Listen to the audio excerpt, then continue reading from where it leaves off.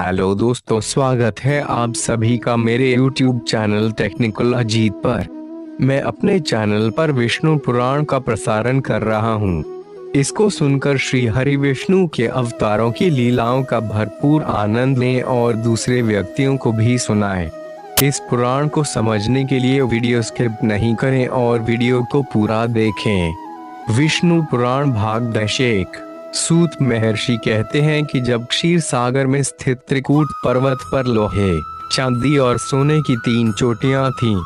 उन चोटियों के बीच एक विशाल जंगल था जिसमें फलों से लदे पेड़ भरे थे। उस जंगल में गजेंद्र नामक मत हाथी अपनी असंख्य पत्नियों के साथ विहार करते अपनी प्यास बुझाने के लिए एक तालाब के पास पहुंचा। प्यास बुझाने के बाद गजेंद्र के मन में जल क्रीड़ाएं करने की इच्छा हुई। फिर वह अपनी औरतों के साथ तालाब में उतरकर पानी को उछालते हुए अपना मनोरंजन करने लगा। इस बीच एक बहुत बड़े मगरमच्छ ने गजेंद्र के दाएं पैर को अपने दाढ़ों से कसकर पकड़ लिया। इस पर पीड़ा के मारे गजेंद्र धींकार करने लगा। उसकी पत्नियां घबरा कर तालाब के किनारे पहुंची और अपने पति के दुख को देख आंसू बहाने लगीं। उनकी समझ में न आया कि गजेंद्र को मगरमच्छ की पकड़ में से कैसे छुड़ाएं। गजेंद्र भी मगरमच्छ की पकड़ से अपने को बचाने के सारे प्रयत्न करते हुए छटपटाने लगा। गजेंद्र अपने दांतों से मगरमच्छ पर वार कर देता और मगरमच्छ उछलकर हाथी के शरीर को अपने तेज नाखूनों से खरोंच लेता, जिससे खून की धाराएं निकल आती। हाथी मगरमच्छ की पीठ पर अपनी सूंड चलाता। मगरमच्छ अपनी खुरदरी पूंछ से हाथी पर वार कर देता। अगर हाथी अपने चारों पैरों से मगरमच्छ को कुचलने की कोशिश करता तो वे पानी के तल में जाकर छिप जाता। इस पर हाथी किनारे पर पहुंचने के लिए आगे बढ़ता। तब झट से मगरमच्छ हाथी को पकड़कर खींच ले जाता और उसे पानी में डुबो देता। इस तरह मगरमच्छ और हाथी के बीच 1000 साल तक लगातार लड़ाई चलती रही। गजेंद्र अपनी ताकत पर विश्वास करके हिम्मत के साथ लड़ता रहा। फिर भी धीरे धीरे उसकी ताकत घटती गई। मगरमच्छ तो पानी में जीने वाला प्राणी है। पानी के अंदर उसकी ताकत ज्यादा होती है। वह हाथी का खून चूसते चूसते दिन ब दिन मोटा होता गया। हाथी कमजोर हो गया।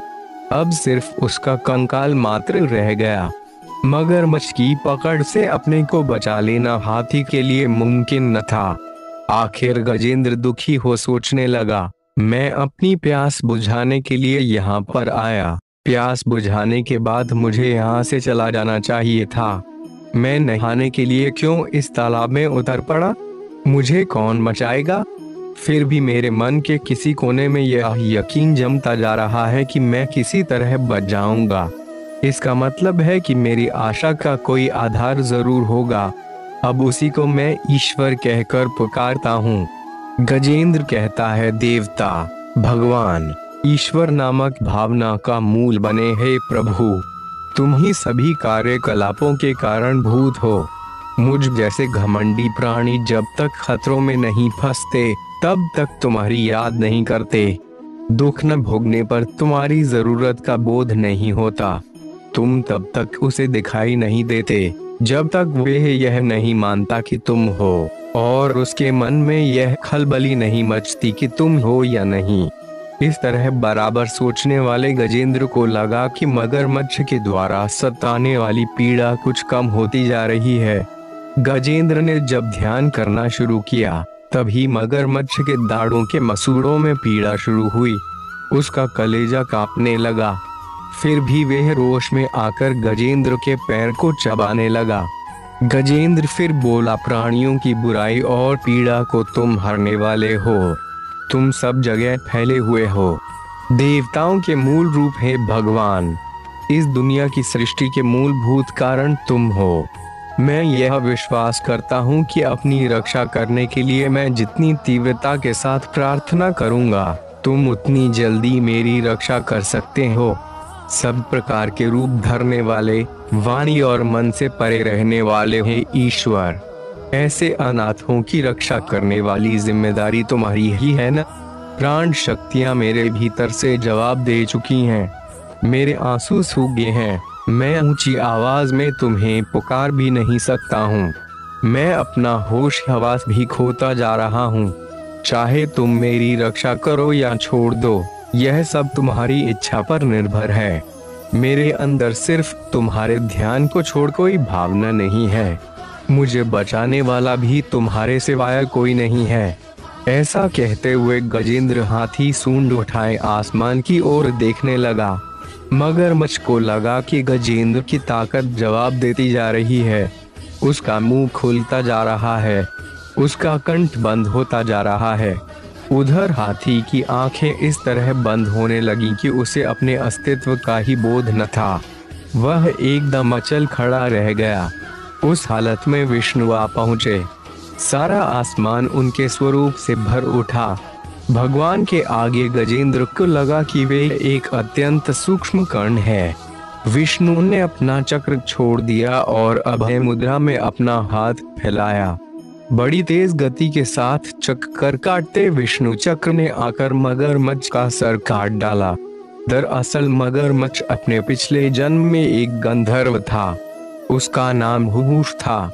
प्राचीन काल में देवल नामक एक ऋषि पानी में खड़े होकर तपस्या कर रहे थे।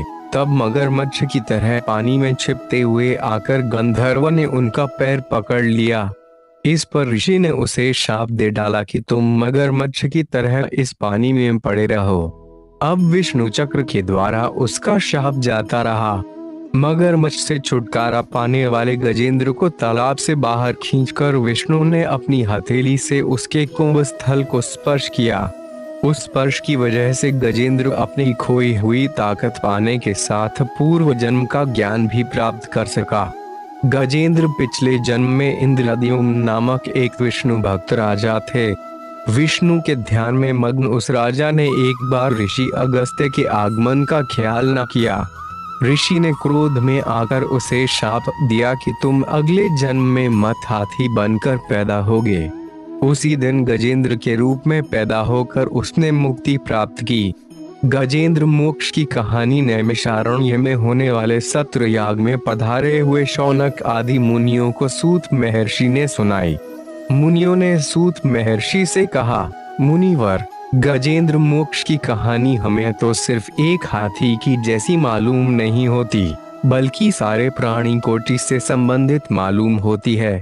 खासकर कई बंधनों और मुसीबतों में फंसकर तड़पने वाले मानव जीवन से संबंधित लगती है। इसके जवाब में सूत महर्षि बोले, हाँ, गजेंद्र मोक्ष की कहानी श्रेष्ठार्थ से भरी हुई है। उसका अन्वय जो जिस रूप में चाहे कर सकता है। काल तो विष्णु के अधीन में है, इसलिए काल चक्र के परिभ्रमण में कई कठिनाइयां और समस्याएं हल होती जाती हैं। मुनियों ने पूछा, मुनिवर, गजेंद्र मोक्ष के आधार पर हमें यह मालूम होता है कि प्रत्येक कार्य का कारणभूत सर्वेश्वर विष्णु है। ऐसे महाविष्णु की कहानी पूर्ण रूप से सुनने की इच्छा हमारे मन में जाग रही है। हम आपके सामने बच्चों के समान हैं, इसलिए हम आपसे प्रार्थना करते हैं कि आप हमारी समझ में आने लायक सरल शैली में विष्णु कथा की सारी बातें समझा दें। आपने महर्षि व्यास के द्वारा समस्त पुराण, इतिहास और उनके मर्म को भी जान लिया है, इसलिए आप ही वे कहानियां सुनाकर हमको कृतार्थ कर सकते हैं। मुनियों की बातें सुनकर सूत मुनि खुश हुए और बोले, हाँ, जरूर सुनाऊंगा। महर्षि व्यास ने विष्णु से संबंधित अनेक लीला अवतारों की विशेषताओं को महाभागवत के रूप में रचा और अपने पुत्र शुक को सुनाया। विष्णु पुराण सुनकर भवसागर से तरने की इच्छा रखने वाले महाराजा परीक्षित को शुक महर्षि ने सुनाया। गजेंद्र की रक्षा करने के लिए प्रकट हुए विष्णु का अवतार आदिमूल अवतार माना गया। दशकों विष्णु पुराण की आगे की कथा मेरी अगली वीडियो में है, जिसका लिंक मैंने डिस्क्रिप्शन बॉक्स में डाल दिया है।